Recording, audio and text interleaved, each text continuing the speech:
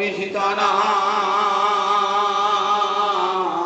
প্রেমানন্দে একবার হরি হরি বলো নিতাই গৌরী সীতানাথ প্রেমানন্দে একবার হরি হরি বলো নিতাই গৌরী সীতানাথ প্রেমানন্দে একবার হরি হরি বলো। বিপিন সঙ্গীত করব মুদাধীনি নারী বদন কমলাস্বাদ মধুপ রমা শম্ভু ব্রহ্মা মনুপতি গণেশার্চিত পদ জগন্নাথ স্বামী নয়ন পথগামী ভব তুমি জগন্নাথ স্বামী নয়ন পথগামী ভব তুমি জগন্নাথ স্বামী নয়ন পথগামী ভব তুমি। জয় নিতাই জয় নিতাই সর্বার্থ সাধিকে শরণ্যে ত্র্যম্বকে গৌরী নারায়ণী নমস্তুতে নারায়ণী নমস্তুতে নারায়ণী নমস্তুতে। ভক্তবৃন্দের চরণে আমার কোটি কোটি দণ্ডবৎ প্রণাম। তত্ত্বে অনুকম্পম সুসমিষ্যমান গুঞ্জান এবাত্ম কৃতং বিপাকম হৃদ্বাক বহুভি বিদধন নমস্তে যো জীবেত স মুক্তিপদে দায়ভা। শ্রীমদ্ ভাগবতে ব্রহ্মমোহন লীলা। ব্রহ্মা এসেছিলেন, সৃষ্টিকর্তা ব্রহ্মা গোবিন্দকে মোহিত করতে তার বালক বালক সব হরণ করে নিয়েছিলেন। কৃষ্ণ যদি ইচ্ছা করে তাহলে ব্রহ্মপদ দিতে পারে। গোবিন্দের কৃপায় ব্রহ্মা ব্রহ্মপদ পায়। তিনি ইচ্ছা করলে কোটি কোটি ব্রহ্মাকে সৃষ্টি করতে পারে। যার নাভিকমল থেকে ব্রহ্মার সৃষ্টি হয়েছে, সেই ব্রহ্মা এসেছিলেন গোবিন্দকে পরীক্ষা করতে যে মাঠে গোচারণ করছে এই রাখাল ছেলেটা কি ভগবান, এটা আমি একবার পরীক্ষা করে দেখব। তার মনে একটা সন্দেহ দেখা দিয়েছে। ব্রহ্মা স্তব করে ভগবানকে নিয়ে এসেছেন সেই সমুদ্রের তীরে। গৌরবধারিণী পৃথিবীর অশেষ যন্ত্রণা ক্লেশ যাতে নিবারণ হয়, ধরাফার হরণ হয়, তার জন্যে ক্ষীর সমুদ্রের তীরে বসে ব্রহ্মা ভগবানকে ডেকে এনেছেন। আবার দেবকীর গর্ভে যখন ভগবান তখন কারাগারে গিয়ে স্তব করেছে। কিন্তু গোবিন্দ আবির্ভাবের পর তার গোবিন্দকে দেখেন না। কাজী ভাবছেন যে ছেলেটা মাঠে গরু চড়াচ্ছে একদল রাখাল বালকের সঙ্গে, সেই ছেলেটা ভগবান হবে কি করে? আমি একবার পরীক্ষা করে দেখি। কি পরীক্ষা করলেন? সব বালক বাছুর হরণ করে গেলেন। এমনি করে যে হরণ করেছে না, গোবিন্দ বুঝতে পারলেন যে ব্রহ্মারই কাজ, আমার সব বালক বাছুর ব্রহ্মা হরণ করেছে। তখন ভগবান আবার নিজেই কোটি কোটি বালক বাছুর হলেন। এক ভগবানই অনন্ত হলেন। বালক বাছুর বেত্র বিষাণ সিংহ সব ভগবান হয়েছে। এমনি করে প্রায় 1টি বছর লীলা চলছে। ব্রহ্মা এসে দেখছেন যতগুলি বালক বাছুর আমি হরণ করেছিলাম ততগুলি বালক বাছুর এই ব্রজের মাঠে খেলা করছে। তাই এরা কোথাও হতে, আমি তো এদিকে ব্রহ্মলোকে গিয়ে লুকিয়ে রেখেছি, তাহলে এরা কোথাও হতো। এমনি করে একবার দেখছেন ব্রহ্মলোকে গিয়ে দেখছেন সব মায়া নিদ্রায় নিদ্রিত আছে আমার যত বালক বাছুর, তাহলে আবার এরা কোথাও হতো। একবার যাচ্ছেন বৃন্দাবন আর একবার ব্রহ্মলোক। শেষে নিজেই মোহিত হয়ে গেলেন, দেখলেন সব বালক বাছুর ওই কালো ছেলেটি যে রাখাল বালক তার অঙ্গে সব ঢুকে গেল। সব মূর্তি নারায়ণ মূর্তি হয়েছে, কোটি কোটি নারায়ণ। একটা দুটো নারায়ণ নয়, যতগুলো বালক মূর্তি বাছুর মূর্তি সব নারায়ণ মূর্তি ধারণ করেছে এবং তারা সবাই ওই রাখাল বালকটির অঙ্গে ঢুকে গেল। তখন ব্রহ্মা বুঝতে পারলেন যেটা আমার আনার ঠাকুরই বটে। তখনই ব্রহ্মা একটা অপূর্ব স্তব করেছিলেন শ্রীমদ্ ভাগবতে, গোবিন্দের হৃদয় গলানো স্তব। সেই স্তবে এই যে শ্লোকটি শোনাম না, এটি ব্রহ্মার স্তবের একটা শ্লোক। তত্ত্বে অনুকম্পাম সুসমীক্ষমান, তত্ত্বে অনুকম্পাম, সেই জন্য তোমার তোমার অনুকম্পা, তোমার কৃপার পানে সুসমীক্ষমান, সুন্দরভাবে চেয়ে থাকে। ইক্ষমান মানে চেয়ে থাকা, কেমন করে সুন্দর করে এবং সমান রূপে, অর্থাৎ দুঃখ এবং সুখ দুটোকেই তারা সমান রূপে গ্রহণ করে। শুধু আমরা সুখে বলি ভগবানের করুণা হয়েছে, আর যখন দুঃখ আসে কি বলি, দেখো ভগবানের চোখ নেই, ভগবান এমন নিষ্ঠুর, আমার এমন ক্ষতি করে দিল ভগবান, বলি তো আমরা ভগবান দুঃখটাকে তার যে করুণা বলে মেনে নিতে পারি না, সুখটাকে মেনে নিই, কিন্তু দুঃখটাকে মেনে নিতে পারি না। ভক্ত বলে সুখ যেমন তোমার দান, দুঃখ তেমনি তোমার দান। তারা শুধু ভগবানের কৃপার পানে চেয়ে থাকে। অনুকম্পা মানে কৃপা, তার কৃপার পানে চেয়ে থাকে। বলে আমার তো কোনো ভজনের সামর্থ্য নাই, সাধনেরও সামর্থ্য নাই, প্রভু আমি তোমার কৃপার পানে চেয়ে রয়েছি। ভক্ত এই কৃপার পানে চেয়ে থাকে।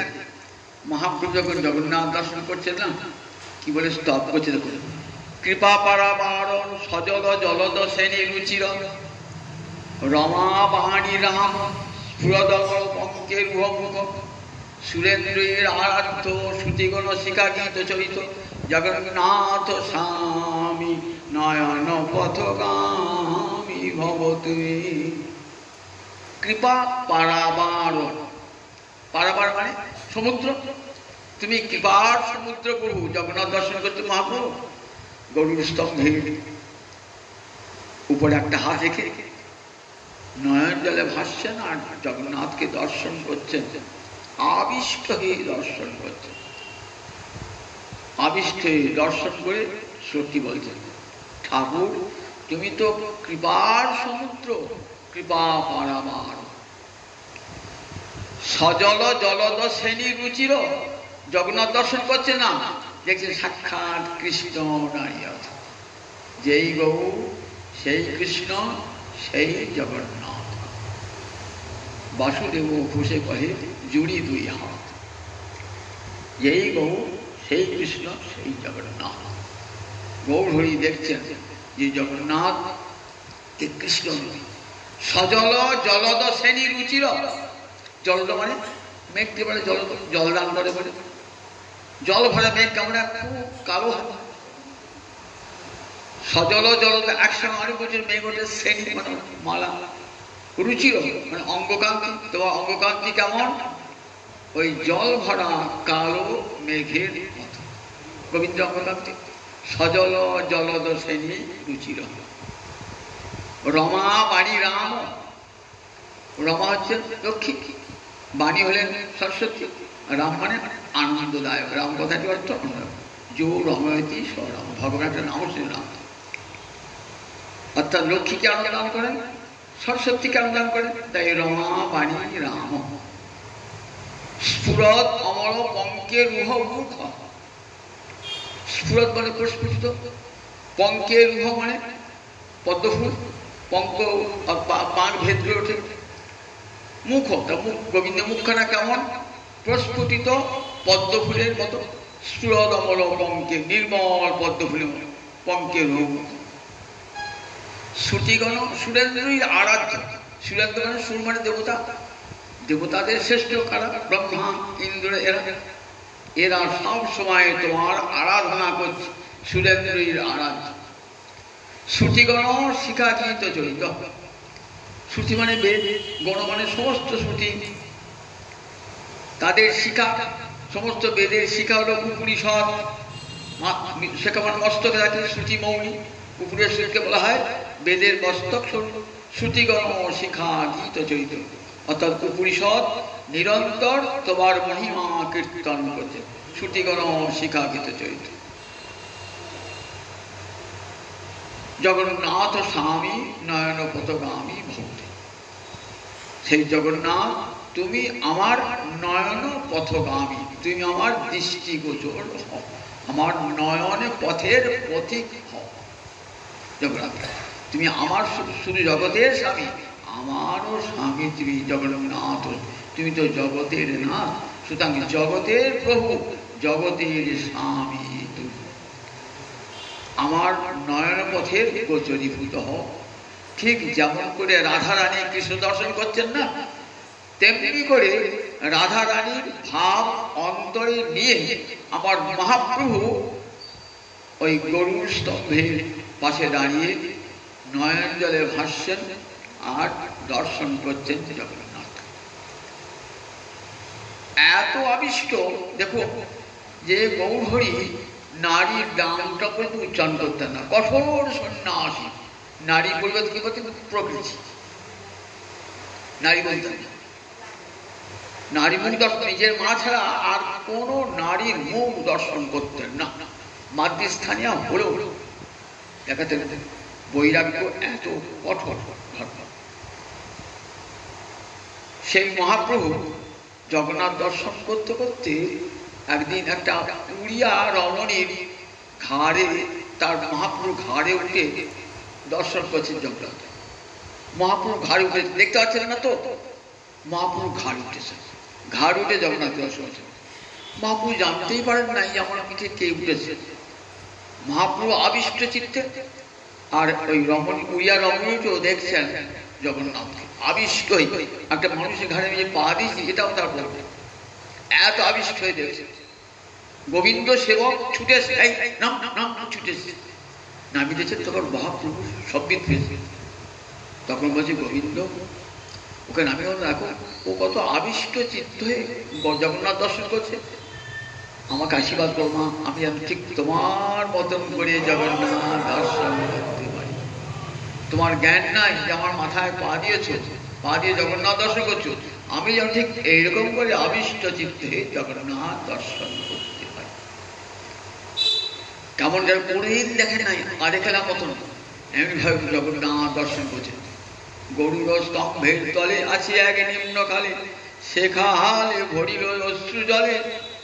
টস টস টস টস করে মহাপ্রভু দুটি নয়ন দিয়ে জলধারা পড়ে চলেছে, যেমন শ্রাবণ মাসের মেঘের ধারা পড়ছে।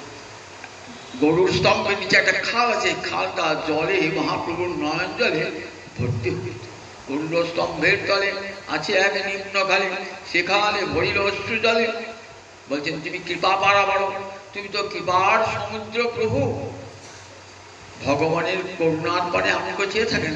তত্ত্বে অনুকম্পাম সুসমীক্ষ মানব, যদি দুঃখ দাও, আঘাত দাও, দাও প্রভু, তাকে তোমার কৃপা বলে বরণ করে নেব। আবার যদি সুখ দাও, সেটাও তোমার কৃপা বলে বরণ করে নেব। সুখও তোমার দান, দুঃখ তোমার দান। এটা ভক্ত ছাড়া কেউ বলতে পারে না। সুখ যেমন তোমার দান, দুঃখ তেমনি তোমার দান। দুটোকে সুসম সুন্দর দৃষ্টিতে দেখে, সমান করে তাকিয়ে থাকে ভক্ত ভগবানের কৃপার দিকে।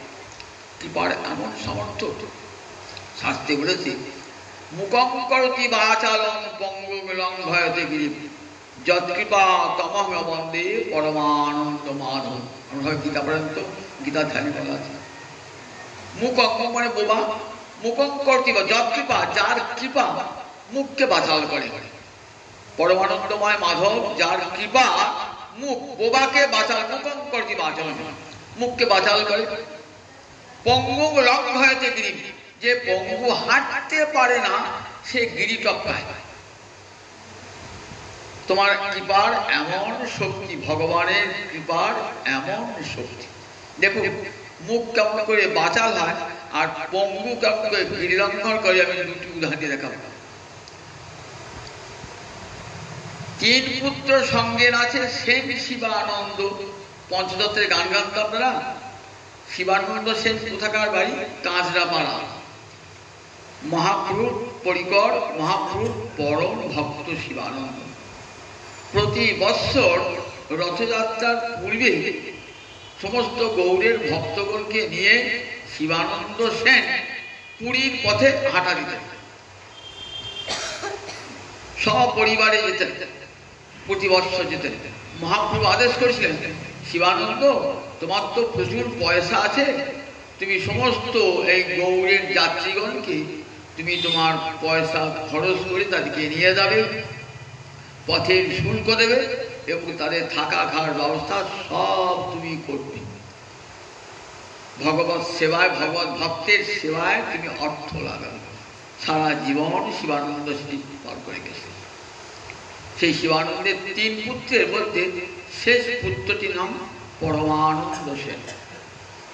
যখন পুরীতেই গর্ভের সঞ্চার হয় তখনই মহাপ্রভু বলছেন, এবার তোমার যে সন্তান আসবে তার নাম রেখো পরমানন্দ। পরমানন্দ পুরী আমার মহাপ্রভুর গুরু সতীর্থ, বলে পরমানন্দ নাম রেখো। বলে বেশ প্রভু। সন্তান হয়েছে, মহাপ্রভু কি বলতেন? পুরীদাস, পুরীদাস বলতেন। 7 বছর বয়স, লেখাপড়া করতে পারে না, কথাও বলতে পারে না, বোবা। শিবানন্দ সেন বলছে, চল 7 বছর বয়স হলো, এখন লেখাপড়া শিখবি না, ভালো করে কথা বলতে পারছি না, চল মহাপ্রভুর কৃপার দান মহাপ্রভুর চরণেই তোকে দিয়ে আসা। সন্তান থেকে নিয়ে গেছেন, সপরিবার যেতেন তো, নিয়ে গিয়ে সন্তান থেকে মহাপ্রভুর চরণে ফেলেছে। প্রভু গো, তোমার দান তোমার চরণে দিলাম প্রভু। 7 বছর বয়স হয়েছে, পড়তেও যায় না, কোথাও পড়েও না, কথাও বলতে পারে না। মহাপ্রভু চরণে পড়ে সেই 7 বছরের ছেলে মহাপ্রভুর ডান পায়ে বুড়ো আঙুলটা চুষ, আর মহাপ্রভু মাথায় হাত ফেলেছে, বলছে বলো কৃষ্ণ বলো, কৃষ্ণ বলো। ছেলে তো কথাই বলে না, কৃষ্ণ বলছে, সে তো বাবা কথা বলতে পারে না, কৃষ্ণ বলো, কৃষ্ণ বলো। পাশে স্বরূপ দামোদর বসে আছে, বলছে স্বরূপ দেখো, আমি যখন ঝাড়িখণ্ডের পথে যাই না, তখন বাঘও কৃষ্ণ বলেছিল, সিংহ কৃষ্ণ বলেছিল, হাতিও কৃষ্ণ বলেছিল, তার তো মানুষ নয়, মনের পশু পাখি কৃষ্ণ বলেছিল, আর মনুষ্য সন্তানকে আমি কৃষ্ণ বলাতে পারলাম না। সর্বই পেরেছে প্রভু, ও কৃষ্ণ বলছে, কৃষ্ণ বলছে ভিতরে, বাইরে বলো। বাচ্চা প্রভু, গুরুমন্ত্র কেউ বাইরে প্রকাশ করে, সে তো মনে মনেই জপ করে। তুমি যখন কৃষ্ণ বলেছে না, ওটার গুরুমন্ত্র হয়ে গেছে, ওটার কাউ কেউ বলবে না। আচ্ছা, কৃষ্ণের তারও অনেক নাম আছে, কৃষ্ণের বাদ দিয়ে আরো নাম করব, তার শ্যাম নাম আছে, হরি নাম আছে, কত নাম তো তার আছে, দামোদর নাম আছে, একটা নাম বলো। তখন কি জানতেন বলো বাবা, তখন কি সুন্দর কি সংস্কৃত শ্লোক, কোনোদিন সংস্কৃত পড়েন নাই, কোন বিদ্যালয়ে অ কথাও শেখেন নাই। দেখুন কেমন কৃপাটা একবার দেখুন। সবস কুবলয় অগ্নো রঞ্জনম উরস মহেন্দ্র মণিদাম বৃন্দাবন রমণীনাং নিখিল ভূষণ হরির জয়তি বৃন্দাবন রমণীনাং নিখিল মণ্ডনম অখিল মণ্ডনম হরির জয়তি। কিছু নাম বলে হরি বলে, সে হরি কেমন? সবস কুবলয় বৃন্দাবন রমণীনাং, বৃন্দাবনে যারা ব্রজগোপী তাদের কানের নীল পদ্ম, কুবলয় মানে নীল পদ্ম, তারা কানের দুল করতো না, ওই পদ্মের কুড়ি কানে লাগাতো, কুণ্ডলে মানে। তাই কৃষ্ণ তারা অন্য কোনো ভূষণ চাইতো না, তাদের ভূষণ কর্ণের ভূষণ কৃষ্ণ নাম, বদন ভূষণ তাদের কৃষ্ণ নাম। নয়ন ভূষণ শ্যাম দর্শন বদন ভূষণ নাম। তাদের যাকে ব্রজগোপীদের ভূষণই হলো কৃষ্ণ, কৃষ্ণ নাম তাদের কর্ণভূষণ, কৃষ্ণ নাম তাদের বদন ভূষণ, কৃষ্ণ তাদের নয়ন ভূষণ। তাই বলছেন সবস কুবলয়, বলছেন গোবিন্দ তাদের কর্ণে নীল পদ্ম কুবল অক্ষণ রঞ্জনম, নারীরা চোখে কাজল করে তো, তা বলছে দেখো গোবিন্দই তাদের চোখের কাজল। অক্ষণ, অক্ষণ মানে দুই চোখে, অঞ্জনম, অঞ্জন মানে কাজল, গোবিন্দই তাদের চোখের কাজল। সবস কুবলয়ম অক্ষণ রঞ্জনম উরস মহেন্দ্র মণিদাম, উরস মানে বক্ষ, বক্ষের যে মণিহার, কৃষ্ণই তাদের বক্ষের মণিহার। বৃন্দাবন রমণী নাম অখিল, বৃন্দাবনের রমণীগণ আর অন্য কোনো ভূষণ যান না, কৃষ্ণই তাদের অখিল ভূষণ। হরির জয়, সেই হরির জয় হোক, জয় হোক, জয় হোক। মহাপ্রভু শুনে এত আনন্দ পেলেন না, আনন্দ পেয়ে বলছেন তুমি এত সুন্দর শ্লোক শোনাল আমাকে, আমার দুটি কান আনন্দে পূর্ণ হয়ে গেল। আজ থেকে তোমার নাম হলো কবি কর্ণপুর। কবি কর্ণপুর, শিবানন্দের ছোট ছেলেটির নাম কবি কর্ণপুর। কত গ্রন্থ রচনা করেছিলেন মহাপ্রভুর কৃপাতে। দেখো যে ছেলে বোবা, কথা বলতে পারত না, লেখাপড়া শেখে নাই, কৃপায় কি না হয় মুখং করতি বাচাল, মুখ বোবা বাচাল হয়ে গেল। শ্রী চৈতন্য চন্দ্রোদয় নাটক লিখলেন, শ্রী চৈতন্য চৈতামৃতমের সংস্কৃত মহাকাব্য রচনা করলেন, আনন্দ বৃন্দাবন চম্পু বলে রাধা মাধবের লীলা অষ্টকালী রচনা করলেন, কত গ্রন্থ রচনা করলেন, ছন্দ উপরে রসের উপরে কত বই রচনা করেছেন এই কবি কর্ণ। দেখুন কেমন কৃপা পেলে কি মুখ কেমন করে বাঁচাল হয়। বৃন্দাবনে ঘুরে আছেন কৃষ্ণদাস বাবা, ছোটবেলা থেকে উড়িষ্যা ডিস্ট্রিক্ট গিয়েছেন বৃন্দাবনে, জঙ্গলে পড়ে থাকেন। সিদ্ধ কৃষ্ণ বাবা বৃন্দাবনে পড়ে থাকেন, ভিক্ষা করতেও যান না, যেতে পারেন না। কি খান, যেদিকে তো দিয়ে দেখেন আটা নিম পাতা দিয়ে গুলে খান। খেতে খেতে খেতে নিম পাতা খেতে খেতে চোখ দুটো অন্ধ হয়ে গেছে, আর মাধুকরি করতে বার হন না, বনে জঙ্গলেই পড়ে আছেন। 2-3 দিন আহার আর জোটে নেই, কিন্তু তাদের কোনো দুঃখ নাই, রাধারানীর নাম নিয়ে পড়ে আছেন, রাধারানী পরে কৃপা হয় পড়ে আছেন। রাধারানী ললিতাকে পাঠিয়ে দিয়েছেন, যাও ললিতা, সিদ্ধ কৃষ্ণদাস বাবা আর 2-3 দিন অনাহারে আছে, তুমি নিয়ে গিয়ে খাও। একবার কি দুধ নিয়ে গেছে, ক্ষীর নিয়ে গেছে, আর ওর চোখটা অন্ধ হয়ে গেছে, এই কাজলটা নিয়ে যাও, ওর চোখে মুড়িয়ে দিয়ে। বলছে এই বাবা তুই ভিক্ষায় যাস না কেন? কি করে যাবো, আমি তো দেখতে চোখে দেখতে পাই না, 3 দিন ধরে অনাহারে পড়ে আছো, এই না এই দেখো। এক মা পাঠিয়ে দিলেন, এই দুধ খাও, আর এরকম আমি তোমার চোখে কাজল লাগিয়ে দিয়েছি। দুধটা খেলেন, দুধ তো নয় অমৃত, চোখে কাজল লাগিয়ে দিলেন, সঙ্গে সঙ্গে সুন্দর চোখ পেলেন। কি দেখছে সামনে কেমনে, দুধটা বাটিটা নিয়েছে, নিয়ে খাইতে খেয়ে বলে খাবো না। কই তুমি দেখা দিয়ে পাড়ালে কেন, কে তুমি দেখা দিয়ে পাড়ালে, দুধ খাবো না। কিছুক্ষণ পরে আবার এসছেন, দুধটা খেয়ে নাও, দুধ খেয়ে নাও। চোখ বুঝে ধ্যান করছেন, ঠিক সে আবার সে দুধটা খেয়ে নাও চলে গেলেন। দুধ খেলেন, চোখ ফিরে পেলেন। তারপর আপনি আবার ললিতা এসেছেন, সনাতন গোস্বামী পদ এসেছেন, বলছেন শোনো কৃষ্ণ বাবা, তোমাকে দিয়ে অনেক কাজ করাতে হবে, তুমি লীলামৃত কুটিকা রচনা করবে, রাধা গোবিন্দের অষ্টকালী লীলা। আমি তো লেখাপড়াই জানি না, কোনো লেখাপড়াই শিখি না, ছোটবেলা থেকে আমি রয়েছি বৃন্দাবনে, কি করে লিখবো আমি? লেখাপড়া শিখবো না ভজন করবো? লেখাপড়া শিখতে যান, ভজন হয় না, ভজন করতে যান, লেখাপড়া হয় না। একদিন সনাতন গোস্বামী পাদ রয়েছে, এসে বলছেন কিছুই করতে হবে না, দেখো তুমি কলমটি ধরবে, দেখবে কে যেন তোমার হাত দিয়ে লিখে যাচ্ছে।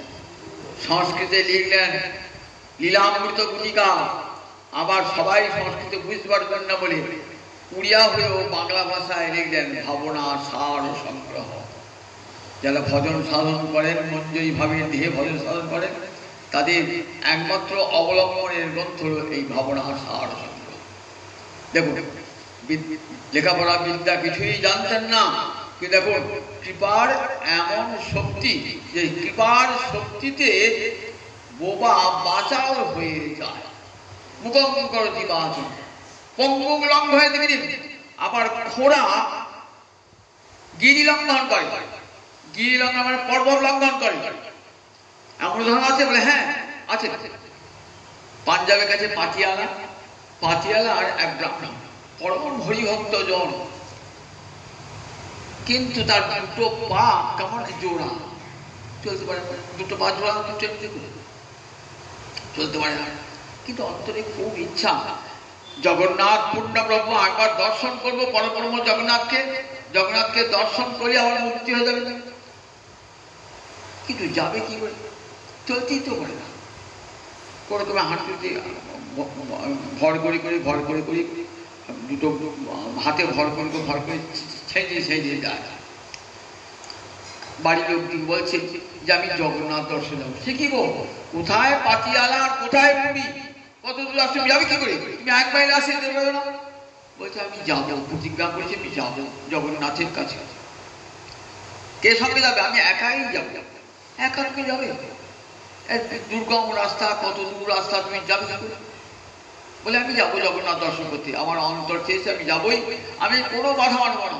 দেখো তোমরা তো আমরা বাড়ির লোক, আমার যদি কিছু অর্থ সাহায্য করে ভালো হয়, পথে পয়সা অর্থ প্রয়োজন হয়, বাড়ির লোকের কিছু অর্থ সাহায্য করলো, সেই নিয়ে চললো, সেই খোঁড়াতে ছেঁচিয়ে চললো, হাত ভর করে যাচ্ছে কিছু করা বলছে আর বোধহয় পারবো না, হে জগন্নাথ তোমাকে দেখতে পাবো না, তোমাকে দেখতে পাবো না, তোমাকে দেখতে পাবো না। যাচ্ছে, যেতে যেতে একটা বনের মাঝে গিয়ে হারিয়ে। এবার বনটা পেরে দিকে দুর্গম বন, চারিদিকে কাঁটার ঝোপ, যাবে কি করে? বাবার বাঘ ভালো হিংস্র সরকার দিয়ে তো হিংস্র জন্তু, যাবে কি করে? আপনি আর কোথায় যেতে পারলাম না, চতুর্দিকে এমন কাঁটার ঝোপ, যাবেন কি করে? মনে ভাবছেন, টস টস করে চোখ দিয়ে জল করছে, জগন্নাথ তুমি দেখতে পেলাম না, কোনো এখনো কত দূর রাস্তা, যাবো কি করে? বনটা পেরিয়ে কেমন করে? মনে ভাবছেন, একটা বৃক্ষতলে বসে নয়ন জলে ভাসে। কিছুক্ষণ পরে একটা সন্ন্যাসী এসে দাঁড়িয়েছে। সন্ন্যাসী বলছে তুমি কে গো? তা বলছে আমার বাড়ি পাতিয়ালা, আমি একজন দরিদ্র ভিক্ষুক ব্রাহ্মণ। কোথাবে তুমি? আমি জগন্নাথ দর্শন যাবো। সে তো হেসেই উঠলো, তুমি জগন্নাথ, এখনো কত দূর রাস্তা জানো জগন্নাথে? তুমি তো এক মাইল রাস্তা আসতে পারো না, আর কত দূর রাস্তা যাবে কি করে? তোমার তো পা নাই। বলছে আমি যাবো, এমনি করে দিয়ে যাবো, তাতে আমার শরীর চলে যায়, তবু জগন্নাথ দর্শন আমার চাই, জগন্নাথ দর্শন চাই। আচ্ছা শোনো, জগন্নাথ যদি এখানে আসেন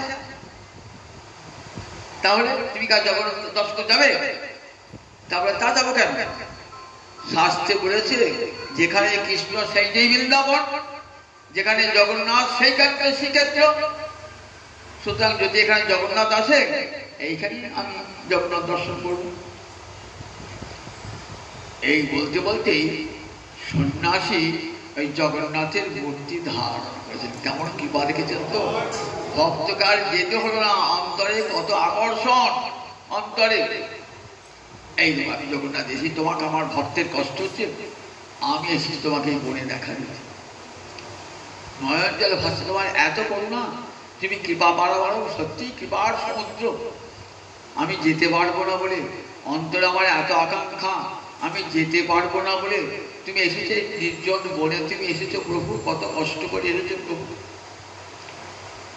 যাও বাড়ি ফিরে যাও, তোমাকে আর শ্রীক্ষেত্র যেতে হবে না, তোমার তো জগন্নাথ দর্শন হলো।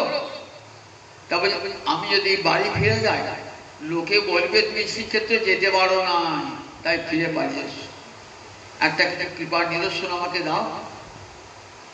তখন সেই জগন্নাথ সন্ন্যাসী ধার জগন্নাথ কি করলেন, তার দক্ষিণ চরণ ওই তা হাঁটুর উপরে তুলে দিলেন।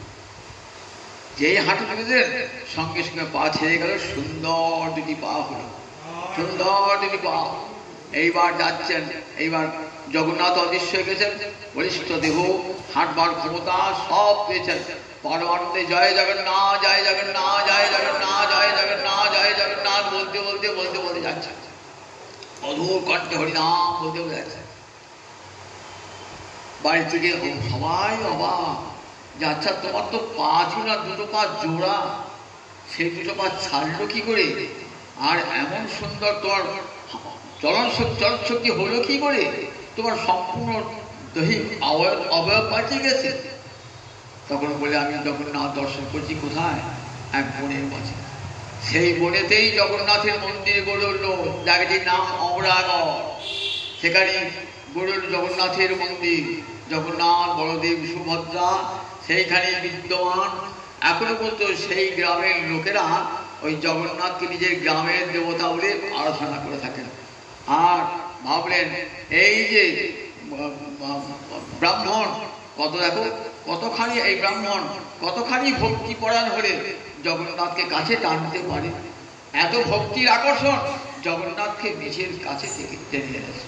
দেখুন কত বড় নিজের কাছে টেনেছে, কেমন শক্তি, কৃপার এমন শক্তি। তাই কৃপা বাড়াবার এখানে ব্রহ্মা বলছেন প্রভু তত্ত্বে অনুকম্পাম সুষমিক্ষমান। তোমার কৃপার সীমা নাই প্রভু। ভক্ত তোমার কৃপার পানে চেয়ে থাকে, এই কৃপার পানে একটা অসাধ্য সাধন করতে পারে। তারা কি বলে? ভুঞ্জান এবার কৃতম বিপাকম, আত্মকৃত বিপাক তারা ভোগ করে। বলে না আমার কর্মফল ধ্বংস করে দাও, এ কথা তারা বলে না। প্রভু আমার কর্মের জন্যে পূর্ব জন্মে অনেক কুকর্ম করেছি, তার জন্যে আমাকে ফল ভোগ করতেই হবে। যদি পুণ্য করে থাকি পুণ্যের ফল ভোগ হবে, যদি পাপ করে থাকি পাপের ফল আমাকে ভোগ করতেই হবে প্রভু। তার জন্য তুমি দায়ী নাও প্রভু, আমি নিজেই দায়ী। আমার দুঃখ কষ্টের জন্য কেউ দায়ী নয়, আমি নিজে দায়ী। আমি পাপ করেছি তাই দুঃখ ভোগ করছি, সুখ ভোগ করছি কেন? পুণ্য করলে সুখ ভোগ করছি। প্রভু তোমার কৃপাতে দেখো, তোমার তুমি কৃপা বাড়াবো, তাই তোমাকে বলবো না প্রভু, কোনদিনই তোমাকে বলবো না যে আমার আত্মকৃত কৃপা বিপাক আমার কর্মফল ধ্বংস করে দাও প্রভু। গুঞ্জান এবার কৃতজ্ঞতা করো। মিথিলার কবি বিদ্যাপতি, বিদ্যাপতি হলেন কবি সার্বভৌম। মিথিলার কবি মৈথিলি ভাষায় বহু পদসা করেছেন। আমাদের বাংলাদেশের ছেলে তখন মিথিলায় পড়তেন, সংস্কৃত করতে। উচ্চশিক্ষাটা নবদ্বীপে হতো না, ওটা হতো মিথিলাতে হতো। সেই মিথিলায় পড়তে যেতেন। ওরা আসার সময় তারা ভেসে আসতেন, তখন বিদ্যাপতির গান গাইতে গাইতে আসতেন। তার বিদ্যাপতি গানের সঙ্গে ব্রজবুলি ভাষার সঙ্গে ওই মৈথিলি ভাষার সঙ্গে বাংলা ভাষা মিশে যায়। একটা অদ্ভুত ভাষা সৃষ্টি, তার নাম ব্রজবুলি ভাষা। সেই ব্রজবুলি ভাষায় সুন্দর গান, বহু গান আছে। একটি গানে প্রার্থনা পদে বিদ্যাপতি বলছেন, মাধব বহুত মিনতি করি তিল তুলসী দিয়া এ দেহ সমর্পিন দয়া জনু নাছো রবিওয়ান। জীবন সায়নে বিদ্যাপতি কাঁদছেন, সারা জীবনটা এমন সুন্দর মানব জন্ম পেলাম, তোমার তো ভজন করি নাই। রাজসভার কবি তো ভোগে সুখে থাকতেন। রাজ পণ্ডিত যেমনি লেখাপড়া জানেন, আবার তেমনি রাজসভার পণ্ডিত। মানে মর্যাদায় কত উঁচুতে, যা বলছেন না মান মর্যাদা নিয়ে কি হবে, ভগবানকে বুঝি নাই। সুন্দর মানব দেহটা জীবন চায় না। যখন আমি জন্মগ্রহণ করেছিলাম কি বলেছিলাম প্রভু, তোমাকে ভজনা করবো, এই জন্য মানুষ এই পৃথিবীতে যাচ্ছে। কিন্তু যেই মাতৃকার প্রতি ভূমিষ্ঠ মায়ার কবলে পড়লাম, তখন কি হলো? তো হে বিশ্বরী মন তা হে সমর্পেন, তো হে বিশ্বরী মন অবমজু হব কোন কাজে। তোমাকেই ভুলে গেলাম প্রভু, তোমাকে তো আমার মনে রাখা উচিত ছিল, তোমাকে ভুলে গেলাম। আর সংসারকে সবসময় স্মরণে রাখলাম। নিজের স্ত্রী পুত্রের কথায় সব জায়গায় ভাবলাম, তোমার কথা একবারও ভাবলাম না প্রভু। জীবন সায়ন এসে বুঝেছি স্ত্রী পুত্র কেউ আপনার নয়, একমাত্র তুমিই তো আমার আপনার জন, আর তো কেউ আমার আপনার নয়। কিন্তু এখন আমি নিবৃত্ত হয়েছি, আর শরীরের শক্তি নাই, হরিনাম করবার শক্তি নাই, অবমজু হব কোন কাজে। এখন তুমি আমি তোমার কোন কাজে লাগবো প্রভু? বৃদ্ধ বয়সে যখন সহায় সম্বলহীন, দেহের শক্তি চলে গেছে, অপরের সাহায্যে হাঁটাচলা করতে হয়, তখন তোমাকে ডাকছি প্রভু। জীবনে অবশিষ্ট অংশ, উচ্ছিষ্ট অংশ তোমাকে উচ্ছিষ্ট দেয়, তোমাকে জীবনের যদি সর্বশ্রেষ্ঠ সময় যৌবন সেটি তোমাকে অর্পণ করা উচিত ছিল, তাতে করি নাই। তাই অবমজু হব কোনো কাজ, কোনো মানুষের জন্য কি করেছি? আধ জনম হাম নিদেব আইন, জরা শিশু কত দিন গেলাম। আমি 60 বছর কি 70 বছর কি 80 বছর বাঁচব, অর্ধেকটা কেটে গেল নিদ্রা, 12 ঘন্টা দিন 12 ঘন্টা রাত্রি, রাত্রিকাল ঘুমিয়ে কাটাচ্ছে। তাই 60 বছর বাঁচলে 30 বছর ঘুম, আর থাকলে বাকি 30 বছর বাল্যকাল খেলাধুলা করে বুঝি নাই ভগবান কি কেটেছে। তারপরে বৃদ্ধ বয়সে জরায় আক্রমণ করেছে, রোগে আক্রমণ করেছে, মাঝখানে যে সময়টা থাকলো যৌবন, সেসবে কি করেছে? নিধুবনে রমণী রস রঙে মাহাতর তোহে ভজব কোন গেলাম। সংসার নিধুবন, সেখানে স্ত্রীকে নিয়ে আনন্দ করেছি, সংসার তোমাকে ভজন করবে। এই এখন আমি কোন কাজে লাগবো? এখন তোমার অবমজু হব কোনো কাজে? এখন তোমার কোন কাজে আমি লাগবো? বিদ্যাপতি নয়ন জলে বুক ভাসিয়ে কাঞ্চের জীবন সায়ন এসে মাধব বহুত মিনতি করি তুই তিল তুলসী দিয়া এ দেহ সমর্পিন দয়া জরুন আছো রবিময়। প্রভু দয়া ছিল না প্রভু, আমি তো হতভাগা প্রভু, তোমার সেবা করতে পারি না। পুত্র যদি দুরাচারী হয়, দুষ্ট হয়, বাবা মাকে সেবা না করে, তবুও বাবা মা কিন্তু পুত্রের সেবা করে, পুত্রকে ভুলে না। আমাকে সেরকম দেখো, গণইতে দোষ গুণরে শোনাহি পারি জবতুহু করো বিচার। যখন তুমি বিচার করবে দেখবে আমার সবটাই দোষ, আমার গুণের ছিটে ফোটা নাই, লেশ নাই। তুহু জগন্নাথ জগতে পহায়সী জগবাহিনী নই ছাড়। তুমি তো জগন্নাথ, জগতের পিতা জগন্নাথ, আমি তো জগতের মধ্যেই রয়েছি প্রভু। পিতা যেমন 5টা ছেলের মধ্যে 8টা যদি বধ হয়, সব ছেলেকে সমান চোখে দেখে। তাই প্রভু আমি যদি হই না, দুরাচারী হই না কেন, ভজনহীন হই না কেন, তুমি যেন দয়া ছিল, আমার দয়া যেন ছিল না প্রভু। দয়া ছিল না আমাকে যেন প্রভু। কত কাতর প্রার্থনা জানিয়েছেন গোবিন্দের কৃপা পাওয়ার জন্য। তত্ত্বে অনুকম্পাম সুষবিশ্বমান ভুঞ্জানে বাত্মকৃতম বিপাক। আত্মকৃপা বিপাকে ভোগ করব কি এ মানুষ পশু পাখি কুলে জন্মিয়ে অথবা কীট পতঙ্গে। প্রভু আমার কর্মফলের জন্যে আমি পাখি হই, পশু হই, মানুষ হই, তাতে আমার কোনো দুঃখ নয় প্রভু। আমার কর্মের জন্য জন্ম হবে তো, আমার যদি সেরকম কর্ম হয়, পশুর মতো কর্ম হয়, আমি পশু জন্মই পাবো প্রভু। তার জন্য বলবো না আমাকে মানব জন্ম দিও, তুই তো মানব জন্ম দিয়েছিলে, আমি তার সদ্ব্যবহার করি না।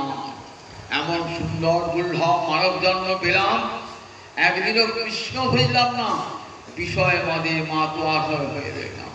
বিষয় তো সবাই ভোগ করে, বনের পশু পাখি, নর্দমার পোকা, সেও তো বিষয় ভোগ করে, বিষয় করি সর্বতোষায়। কিন্তু কৃষ্ণ ভজন এটা কি বনের পশু পাখি হয়, নর্দমার পোকার হয়? একমাত্র মানুষেরই হয় কৃষ্ণ। তাই মানব জন্ম তো কৃষ্ণ সেবার জন্য, কৃষ্ণ ভজনের জন্য।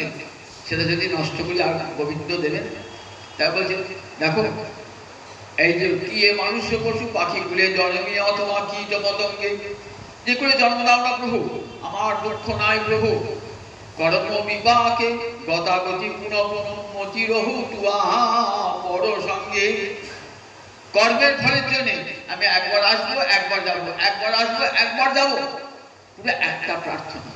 আমি যে কুলে জন্মগ্রহণ করি না কেন, হাঁড়ি চন্ডা যেগুলো হই না কেন, পশু পাখি কীট পতঙ্গ যাই হয় না কেন, আমার মতি যেন থাকে, আমার যে কুলে জন্ম হোক না কেন, আমার মতি যেন থাকে।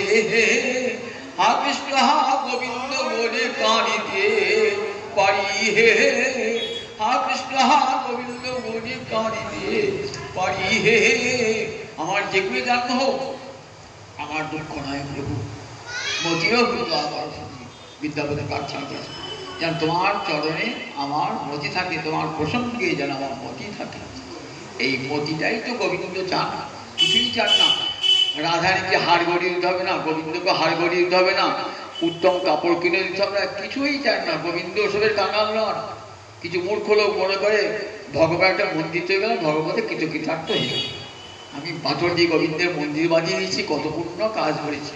বলে হ্যাঁ তুই কার টাকা নিয়ে কার মন্দির করেছিস? তোকে যে অর্থ সেটা আমি দিয়েছি, আমার অর্থ দিয়ে আমার মন্দির করেছিস, আমার অর্থ দিয়ে আমার হাত গড়িয়েছিস, আমার চরের উপর গড়িয়েছিস, আর বলছিস কিনা আমি দিলাম। আমি এই অহংমত গেল না, এই অহংমত্ব গেল না।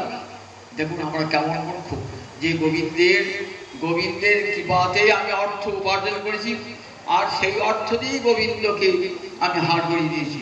তা আমি বলতে পারি যে আমি হাট দিয়েছি, গড়িয়ে দিয়েছি, আমি তো আর মন্দির নির্মাণ করে দিয়েছি। এ বলার ভক্ত কমলে ধৃষ্ট কেন? প্রভু সবই তো তোমার নিয়েই তোমাকে দেওয়া। গঙ্গা জলে যেমন গঙ্গা পুজো হয়, প্রভু তোমার সম্পদ দিয়ে তোমারই সেবা করব। এমন সুন্দর দুর্লভ মানব জন্ম পেয়ে আমরা গোবিন্দ ভজন করি। তার তত্ত্বে অনুকম্পান সুবিশ্বমান ভুঞ্জান এবার কৃতম বিভাগ, আত্মকৃত বিভাগ তারা ভোগ করে। বলে কর্মফলে আমার যেখানে জন্ম হয় হোক প্রভু। আর আমি তো প্রভু ভজনও জানি না, সাধনও জানি না, আমার ভজন নয়, সাধন নয় প্রভু। তাহলে কি করবো প্রভু? বলেছে আমার মতি যেন তোমার চরণে থাকে। কিরকম? আমি তো সাধন ভজন কিছুই জানি না। হৃদবাক কপুভি বিদধন নমস্তে, হৃদয় দিয়ে, বাক্য দিয়ে, মন দিয়ে আমি যেন তোমার চরণে প্রণাম জানাতে পারি। নমস্তে। হৃদ বাক কপুভি, তিন রকমের প্রণাম। হৃদয় দিয়ে প্রণাম, বাক্য দিয়ে প্রণাম, মন দিয়ে প্রণাম। দেহ দিয়ে যখন প্রণাম করবে, কায় দিয়ে, দেহ দিয়ে, তখন অষ্টাঙ্গ প্রণাম, ষষ্ঠাঙ্গ প্রণাম, পঞ্চাঙ্গ প্রণাম, দণ্ডবত প্রণাম। দেহ দিয়ে প্রণাম করতে পারছেন না, হেঁটে হতে পারছেন না, দণ্ডবত হতে পারছেন না, তখন কায়িক প্রণাম। তখন কি করে? তখন বাচিক প্রণাম, বাক্য দিয়ে প্রণাম। হে কৃষ্ণ করুণা সিন্ধু দীনবন্ধ জগৎপতে গোপেশ গোপিকা কান্ত রাধা কান্ত নমস্তুতে। ওম নমো ব্রহ্মণ্য দেবায় গো ব্রাহ্মণ হিতায় জগদ্ধিতায় শ্রীকৃষ্ণায় গোবিন্দায় নমো নমঃ। বাক্য দিয়ে করবে। আর বাক্য দিয়ে করতে পারছে না, বাক্য স্ফূর্তি প্রাপ্ত হচ্ছে না। যখন বড় বড় মুমূর্ষু অবস্থা, তখন তার কথা বলবার ক্ষমতা থাকে না, উঠে প্রণাম করবার ক্ষমতা থাকে না। তখন কি করে? মনে মনে মানস প্রণাম জানায়, মানস প্রণাম জানায়। ভীষ্ম শুয়ে আছেন সরস্বতীয়, কুরুক্ষেত্রে যুদ্ধ হয়ে গেছে, তারপরও পড়ে আছেন সরস্বতীয় পড়ে আছেন। উত্তরায়ণকাল না আসা পর্যন্ত প্রাণ পরিত্যাগ করবেন। পরম ভক্ত ভীষ্ম পড়ে আছেন সরস্বতীয়। অর্জুন স্বর মেরে শয্যা তৈরি করে দিয়েছে, শুয়ে আছেন ভীষ্মদেব। ভগবান গিয়েছেন সাঙ্গপাঙ্গ সঙ্গে রয়ে যুধিষ্ঠিরের মনে শান্তি দান করবেন। কিছুতেই রাজ্য পেয়েও যুধিষ্ঠিরের মনে শান্তি আসছে না। কেন? ঘরে ঘরে কান্নার রোল। কত নারী বিধবা নারী স্বামীর জন্য কাঁদছে, কত মা পুত্রহারা হয়ে গেছে, পুত্রের জন্য কাঁদছে। মনে ভাবি এই যুদ্ধ না করেই হতো, এই রাজ্য পেয়ে আমার কি লাভ হলো? চতুর্দিকে কান্নার রোল, মা অভিশাপ দিচ্ছে, সতী অভিশাপ দিচ্ছে। সেই অভিশাপ তো সিংহাসনে বসবো, মনে শান্তি হচ্ছে। অশ্বমেধ যজ্ঞ করেছেন, সব যা যা শাস্ত্রীয় কর্ম করেছেন, মনে শান্তি। সঙ্গে গোবিন্দ আছেন, যার নাম স্মরণ করলে অশান্তি দূর হয়ে যায়, সেই গোবিন্দ রয়েছে। কেমন দেখুন, বলছেন চলো যুধিষ্ঠির, তোমার মনে শান্তি আসছে না তো, পিতামহ ভীষ্মের কাছে যাবে। নিয়ে গেলেন পিতামহ ভীষ্মের কাছে। পিতামহ ভীষ্ম বলছেন, জানো যুধিষ্ঠির, যাকে তোমরা মাতুল পুত্র বলে ভাবতে, যাকে সারথি বলে ভাবতে, দেখো সে সারথিও নয়, তোমার মাতুল পুত্র নয়। কে জানো? ইনি অখিল গুরু নারায়ণ আজ নরমূর্তিতে এসেছেন, নরলীলায় এসেছেন। দেখো তোমার মনে শান্তি দেওয়ার কথা, এটা একটা ছল মাত্র। গোবিন্দ যার পাশে আছে তারা অশান্তি, এটা শুধু ছল মাত্র। কেন জানো? আমি দেখতে চেয়েছি গোবিন্দ, আমি তার মধ্যে তোমাকে প্রণাম করতে দেবো না, তুমি আমার নয়নের সমক্ষে এসে দাঁড়াও। তাই ছল করে তোমার মনে শান্তি দিচ্ছেন না, যাতে তুমি আমার কাছে আসো, এসে আমার কাছে উপদেশ নাও। ভগবান উপদেশ দিচ্ছে, আর আমার উপদেশ কি উদ্দেশ্য জানো? আমাকে কৃপা করা। তখন আর ওর বারো শক্তি নাই, কোন রকম বাক্য কি বলার ক্ষমতা আছে। নয়ন জলে ভাসছে, দেখেছো কত করুণাময়, কেমন জীবের প্রতি কত অনুকম্পা, কত দয়া। আমি ডাকছি এই সরসজ্জায়, একবার গোবিন্দ দেখা দাও। মৃত্যুকালে তোমার চরণ দেখতে দেখতে আমি যেন প্রাণ পরিত্যাগ করতে পারি। তাই আমার নয়নের সমক্ষে তোমার এই যুগল চরণ, ব্রহ্মাদি বন্দিত দুটি চরণ একবার দেখো আমাকে। এই জন্য ভীষ্ম প্রতীক্ষা করে আছেন।